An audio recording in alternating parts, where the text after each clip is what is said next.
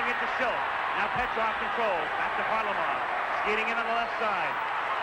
Into the American end. 55 seconds. But Mikhailov has the puck. Mikhailov sweeping in. Out in front. Backhander goes wide. I think Craig might have got just a piece of it. Mikhailov. Back out to Ilya Letinov. 43 seconds remaining. Morrow. Checked into the boards. It comes back to center ice. 37 seconds left in the game. Petrov with it. The Americans on top 4-3. Long shot. Craig able to get a piece of it to sweep it away. 28 seconds. The crowd going insane. Varlamov shooting it into the American end again. Morrow is back there. Now Johnson, 19 seconds. Johnson over to Ramsey. Ilya Letinov gets checked by Ramsey. McClanahan is there. The puck is still loose. 11 seconds. You've got 10 seconds. The countdown going on right now. Morrow up to Schultz. 5 seconds left in the game. Do you believe in miracles? Yes! Unbelievable.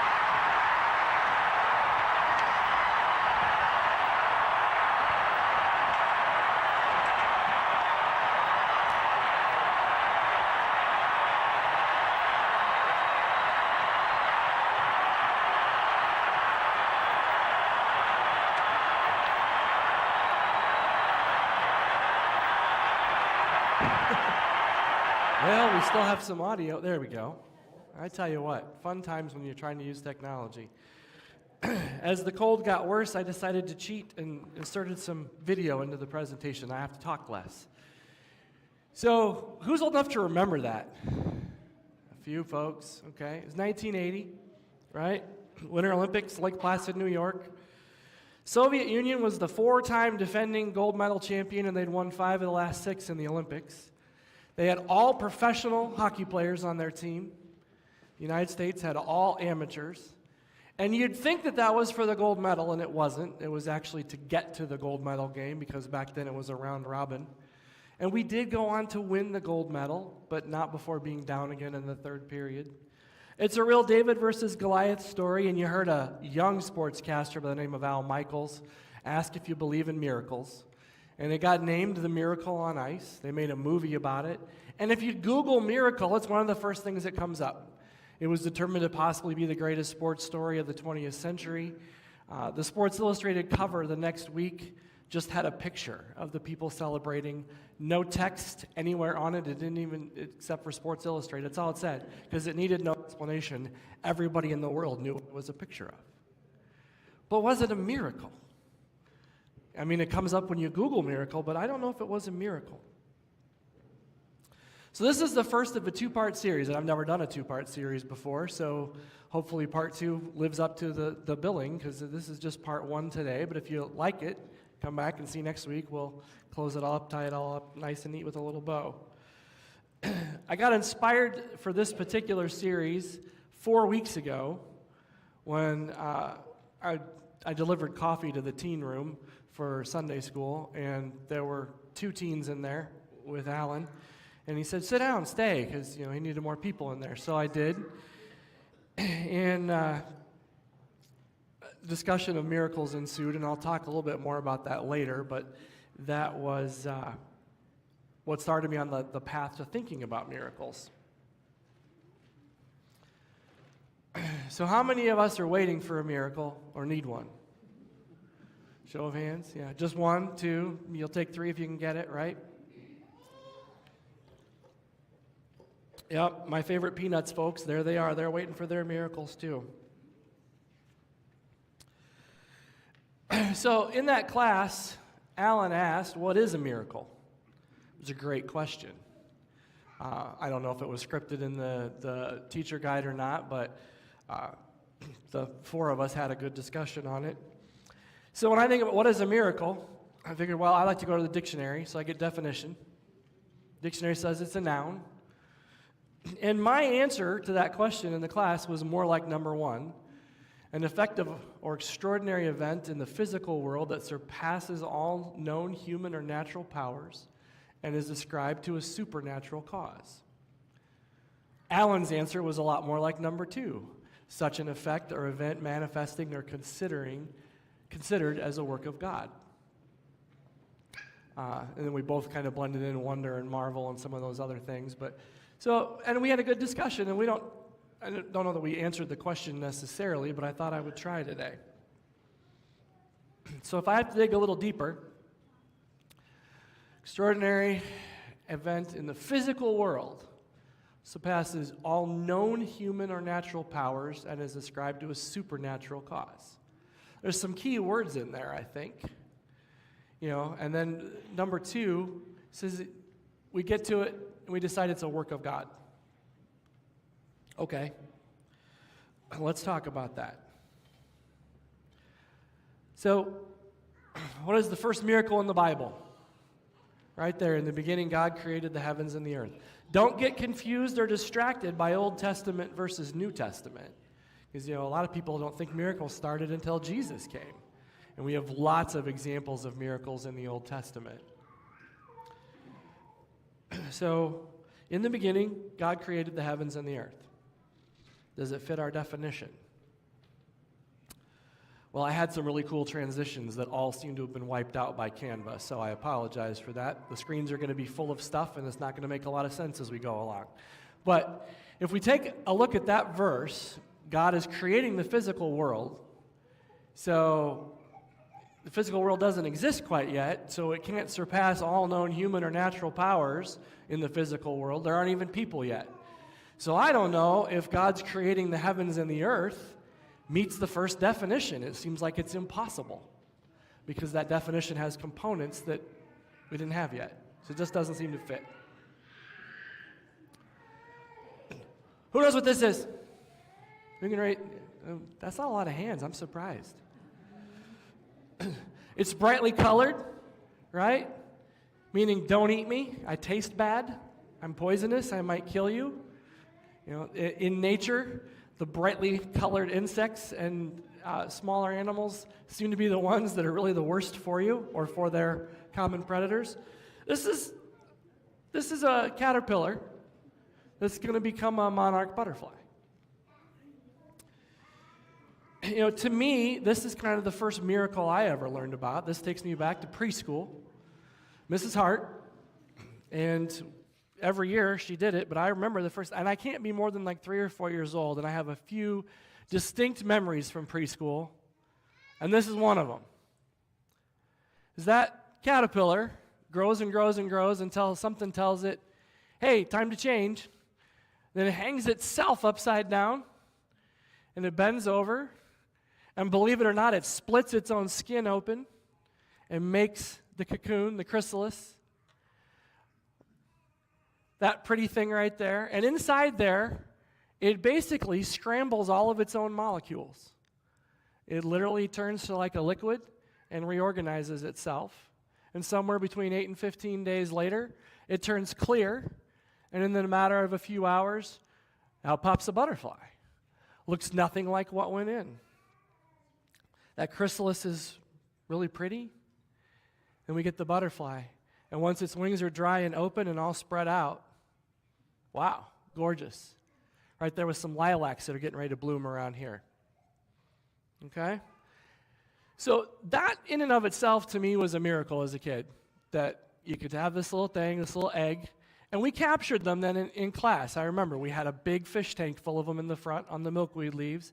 Then the caterpillars would come out, and we were encouraged to bring milkweed leaves in, and we would feed them the milkweed leaves, and we would watch them grow, and every day they got bigger and bigger, and then the chrysalises came, and then the butterflies came, and then we went to the park, and we let the butterflies go. And, it's an indelible memory. I'm sure my mom still has, we made a picture of the caterpillar, right? So I'm sure my mom still has that in one of the scrapbooks. I don't think we have any of the butterflies left anymore, thankfully. But the monarch butterfly is incredible for a few other reasons. So they can fly between 50 and 100 miles in a day, right? And the fastest or longest journey for one was 265 miles in one day. So one butterfly flew 265 miles in one day. 265 miles, that's Muscatine to St. Paul, Minnesota, or Green Bay, Wisconsin. It's a little further than Omaha, and not quite as far as Indianapolis, Indiana. Except the last generation, because they only live about 2 to 5 weeks, And they have to migrate to Mexico and Southern California every year because they don't do well in cold weather. They can't overwinter. And the last generation that's born knows that it's the migrating generation. I don't know how. It's the same as its parents and grandparents. And those can live up to 9 months and complete a 2,500-mile journey down to Mexico to hang out for the winter. And then they start the process of coming back north. That's amazing. That migrating generation, scientists have studied it, and they think barometric pressure and atmospheric changes trigger that particular brood to fly south. But genetically, they're no different than the ones that came before them. And then they'll start laying eggs that'll be the same coming back as they work their way back north. And then they're around here, and then the next generation, and then they head back south again. That's amazing to me, you know. First of all, an egg becomes a worm, and a worm decides to spin its own room, split its skin open, scramble its molecules, and become a butterfly. And then butterflies decide, hey, it's getting cold, I better head to Mexico. And they do, and they end up in the same few places every year. You can see in this slide, that's a tree trunk of a cypress tree. It's full of thousands of butterflies, and millions of them gather, and people go and watch. And when they get to Mexico, they don't eat, they just chill out. They just stay there, and they huddle together to keep warm, because there's no milkweed on the cypress tree, which is their favorite food. That's a miracle to me, except that scientifically we know how and why the monarch butterfly does all of that. They don't have the exact details, but we know it's its species survival plan. Right? So it doesn't really fit the actual first definition of a miracle because we understand it. 500 years ago we didn't, but today we do. We were able to put little trackers on a butterfly and follow it around and geoposition it, and by golly, it went 265 miles, and there you go. That's the biggest trip they've made. You know, we know that they can fly between 50 and 100 miles a day. I didn't mention it, but they also have max speed of about 6 miles an hour. So if you can make it 50 miles in a day as a butterfly at 6 miles an hour, you spent the bulk of the day flying and finding flowers. So that starts to destroy the idea of a miracle. It still was to me, or still is to me a little bit, but if that's our definition, it doesn't fit. So definition number 2 was such an effect or event manifesting or considered as a work of God. In the beginning, God created the heavens and the earth. Right there, work of God, an event that fits. Butterflies, created by God, that whole process, designed by God, that fits. I like it. That works. Except, well, does that mean everything is a miracle? That bothered me a little bit. I mean, I have a cold. That's not a miracle. Right? I don't think it is anyway. Our everyday events, is the sunrise a miracle? How about the solar eclipse? Was that a miracle or just timing? A baby's first breath or first cry? Back to preschool again, the bean in the wet towel, right? We didn't know what was going to happen. We were 4, but here we are. Put a bunch of beans and the brown dual fold kind that they used to have back in the day. Some of us of a certain age remember that. They put it in the towel. We squirted it with water. We laid it over by the heater, and every day we squirted more water on it. And in 2 weeks, we opened it up, and there were roots and little leaves starting to come out of that bean. And then we put it in a pot, and it grew, and by the end of the summertime, we had beans to harvest. And then Mrs. Hart would take those and dry them out, and they'd have the beans for next year. She was a pretty good recycler, I tell you. But is that a miracle? Or is it just, God designed it all? So that's too simplistic, so I don't like either of those definitions. I like thinking about kindergarten, though, and preschool. I remember making the plaster cast in sand with my hand. My mom has that for all 3 of her kids. We all do it about the same age, and you get your name in the back. And I remember beating on the Quaker Oats tub as a drum at Christmas time in the pageant. That was a coveted position. You fought for it. There were only 4 of them. Right? I don't have a lot of memories of preschool, but those are things that stick out. Creative moments and moments of just exploring nature and seeing the world. Preschool was pretty good. I don't know if it was a miracle. So then I thought, how does the Bible define a miracle? I'll head to the source. it doesn't have a definition. The Bible's not a dictionary, right? It has lots of examples and things that are called miracles. And a summary definition, when you start Googling, it says miracles provide evidence of God's presence and power in the world and demonstrate his authority on behalf of his servants, and it may be performed directly by God or through a human agent. That was a lot. I wasn't happy with it. I kept digging. I found the Dictionary of Bible Themes, so a learned treatise. Miracles, events, signs, wonders, or experiences that demonstrate God's greatness and power. Well, now I'm back to everything's a miracle. Not super helpful. In the Bible, we've got the words used for miracle. In Hebrew, it's mopheth, which also means wonder, sign, portent, or token of a future event. In the Greek, it's dunamis, work of a mighty force, strength or ability, or a semeion, meaning sign or signal. Okay, that's a lot of things that can be miracles. Wonder, sign, signal of future event, sign, signal, strength, signal of power, ability. I wasn't happy with those, right? A lot of different words. They translate, but they give less clarity on what's said than if that's what a miracle is in the Bible. I wasn't getting anywhere. I wasn't feeling good. If it's just a sign from God, if that's a miracle, then I'm going to talk a little bit now about what we've been doing on Wednesday nights. So we've been watching some movies based on true stories. And a month ago, we watched the movie Heaven is for Real.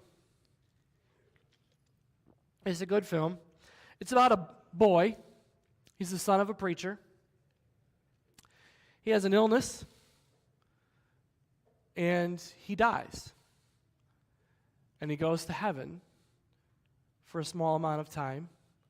And then medically, he's revived, and he lives. And he remembers his trip to heaven. And he tells people about it. And he met people in heaven that he has no knowledge of, he's never seen photographs of, has no stories about. Like a sister who was lost in a miscarriage. And his great-grandfather, who had died long before he was born, and whose pictures were tucked away in the garage in a place where he'd never seen them. We watched Miracles from Heaven just this last week.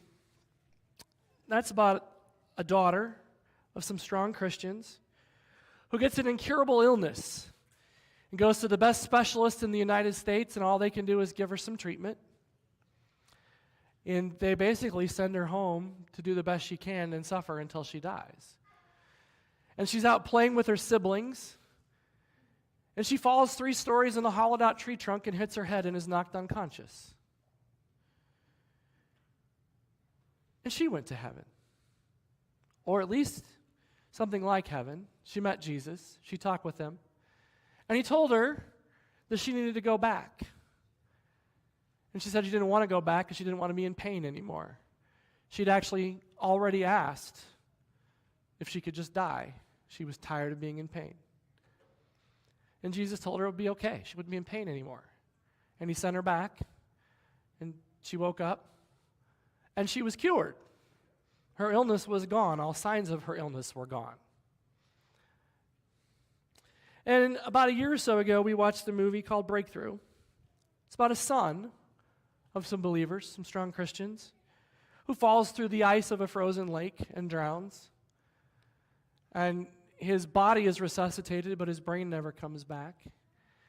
And the doctors tell his mother, that's it, it's all we can do. There's no hope. He's going to be in this coma, this vegetative state forever. And she says he's not.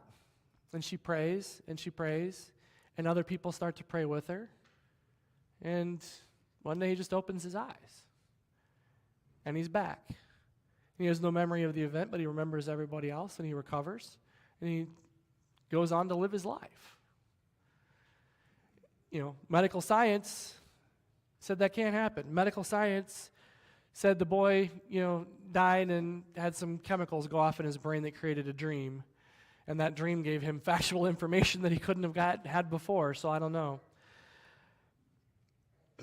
Those are all signs from God. Are they miracles? We can't explain them any other way. But maybe we will someday, right? We didn't used to understand life about a caterpillar. We didn't used to understand a lot of things. As medical science grows and knowledge grows, we might understand more about what happens when your heart stops beating and you stop breathing and your brain begins to die. We might understand how a bump on the head can trigger a nervous system reaction that attacks and cures an illness. So while they feel like they're miracles today, in 100 years, maybe they won't be anymore. Right? I'm reminded of a Star Trek movie where they go back in time. So first of all, you have to understand it's Star Trek. Second of all, time travel is possible. And, Dr. McCoy is in a hospital, and a woman is on a stretcher, and she's there for dialysis. And he asked her what's wrong with her. She tells him that, and he's like, dialysis, oh, how cruel, you people are crazy. And he gives her a little something, and later on, she can be seen screaming to everyone who will listen, doctor gave me a pill, and I grew a new kidney. She didn't need dialysis anymore, because medicine had come that far in that fictional story. But medicine has come far. We used to balance humors and take blood out to try and make you feel better, and we know now that doesn't work, right? So I don't know what 100 years from now medicine's going to tell us about these particular health-related miracles. The other interesting thing about this is that all three of these were examples of people of faith involved with Christians, involved with the church. We have a son of a preacher, right? And the message that was presented to those congregations, people didn't believe, right? We sit here every week asking God to intercede on our behalf for ourselves and loved ones. We pray for miracles. At the beginning of this message, I asked how many of you are waiting for one or two. You all raised your hands, or most of you, the ones that aren't shy, as I think you all are. And yet when these people were presented with evidence of a miracle, they didn't believe it. If you don't believe it, it wasn't a very good miracle because it's supposed to be a sign from God. So we got struggles with these messages.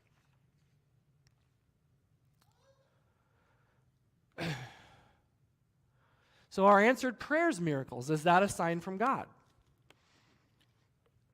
I used this one last time, but it still fits. Here's my pal Snoopy. He's dying of thirst, folks. He's going to die if he doesn't get a drink. And he realizes he can't turn on the spigot to fill his water bowl. And then it rains. His water bowl gets filled. And he says he's going to have to think about that one for a while. And I think about that all the time. I've prayed for the Hawkeyes to win. It doesn't always happen, but sometimes it does. When it does, is that an answered prayer? I've prayed to win the lottery. I've never won it big, but, that $1 billion jackpot a couple weeks ago, I won $12. Right? So that's a win. So I remember I got to get more specific with my prayers. God, I don't want to win the lottery. I want to win the Powerball jackpot. I got to get more detail in there. That's all right. I've prayed for family members to overcome illness. Some have and some haven't. My family members aren't all still alive. So some have definitely not overcome their illnesses. So if these prayers get answered, but they don't get answered like we wanted, are they miracles? Are they even answered prayers? Think about, I pray for God to keep me safe, and God puts me in a traffic jam, right? I've prayed for God to give me joy in my life, and a year ago in February, He had me fired from my job, right? But the traffic jam kept me away from an accident. Getting fired from my job led me back to the path I needed to be on in a rewarding and fulfilling career. And I'm busier than I'll get out nowadays, but I'm having fun. And I wasn't having a lot of fun in that job. So I got an answer to my prayer, but not the way I expected, because I tell you what, if you've ever been fired, whether you liked the job or not, it's a gut punch. When someone says, you don't work here anymore. And, if you turn on all your stuff by tomorrow, we'll give you a small severance package. So I don't know if they're answered or if those are miracles. Is it a miracle that God changed my career path? Is it a miracle that God kept me safe on a drive home? I struggle with the definition of miracle. And I know that there are a lot of you out there that have your own thoughts on it. I'm sharing mine, and I'm happy to discuss others. But none of them, they don't work for me. Technology is advancing. We call them the laws of nature. They're the laws of God. But as soon as we think we've got a law of nature figured out, we find an exception to it, right? The more we know about it, the more things that were miracles become unmiracled anymore because we've been able to explain them. The butterfly, I don't think that's, maybe it's a miracle, maybe not. A sunrise, we know how that works. The planets are out there and we rotate, so we see it every so often. Interestingly enough, we were put in that orbit, and then, God wanted us to experience the change of seasons, so he tilted us just a little bit, so sometimes we're a little closer and a little further away. Otherwise, we'd have the same weather every day. Right? I started thinking Old Testament, the plagues of Egypt, right? We can probably find an explanation for locusts, or for why a river might change color. If you're familiar with local history, you'll know that an earthquake several hundred years ago caused the Mississippi River to jump out of its bed and change course for a small amount of time. And that's what created some of the sandy soil we have on the island. And that's one of the reasons why you find clamshells in weird places. So we start to explain them. God created everything and set it all in motion, which means everything is a miracle, which kind of makes nothing seem like a sign from him. So I don't like that definition either. More digging, I found this one from a theological professor named Wayne Grudem. A miracle is a less common way of God's working in the world in which he arouses people's awe and wonder and bears witness to himself. I liked that one. I liked it a lot. I asked Rudy for How Great Thou Art today. I think it's the first time I've ever asked for a particular song to go with a sermon because it just starts out expressing awe and wonder at God's creation. Right? It reminds me of my grandmother. It was one of her favorite songs. We sang it at her funeral. Many of you, it reminds you of a funeral because it's sung at a lot of funerals, and it's just such a great and powerful song. Is that a miracle from God, that song? Does he inspire awe and wonder and bear witness to himself? Do we do that when we sing it? I liked this definition a lot because now everything is a gift from God, and sometimes it's extra special, right? Sometimes he breaks his own rules. He set the laws of the universe in motion, and every so often he decides to change it. And I liked that. So we're going to use that next week. So keep that one in mind, because we're going to dig back into the Bible next week, and we're going to look at some of the miracles in the Bible. And if you want to have a lot of fun between now and then, you can ask Google how many miracles are in the Bible. And one of the first answers that'll pop up is that there are 37 miracles in the New Testament that Jesus performed. And then do a little bit more digging, and you'll find some results that say that Jesus did 40 miracles. And then there's 80 some in the Old Testament. I don't care about the number, right? We're going to use this definition to talk about things that are commonly referred to as miracles and see if we think they fit and how they might help us know he is God and how these actions inspire awe and wonder and bear witness to God himself. So stay tuned for part 2. And the last thing I'm going to do today, I told you I'm cheating, I'm using video, so we're going to have one more video. And I want you to watch the video and listen to the words and just feel and see the pure joy and amazement and beauty and the sense of awe and wonder in the song. Do I click now or? There we go. We'll see if it plays.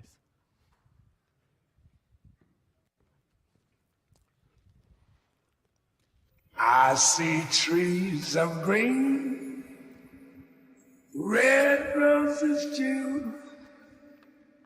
I see them bloom for me and you.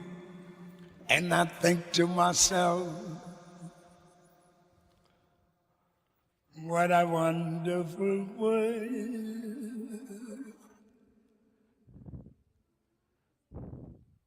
I see skies of blue, clouds of white, bright blessed days, dark sacred nights, and I think to myself, what a wonderful world.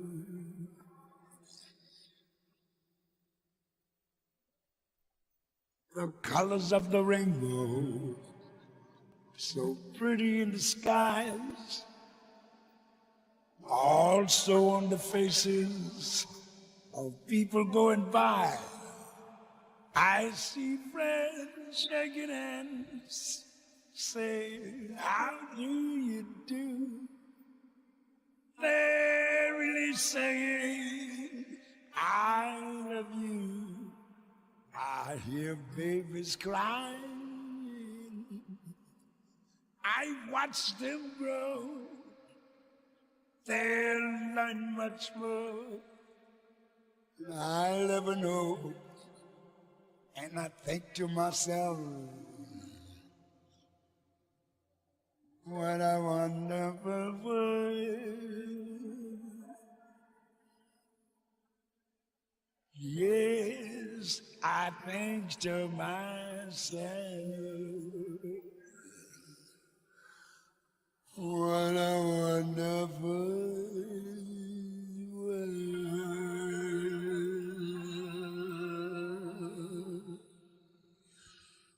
Oh, yeah.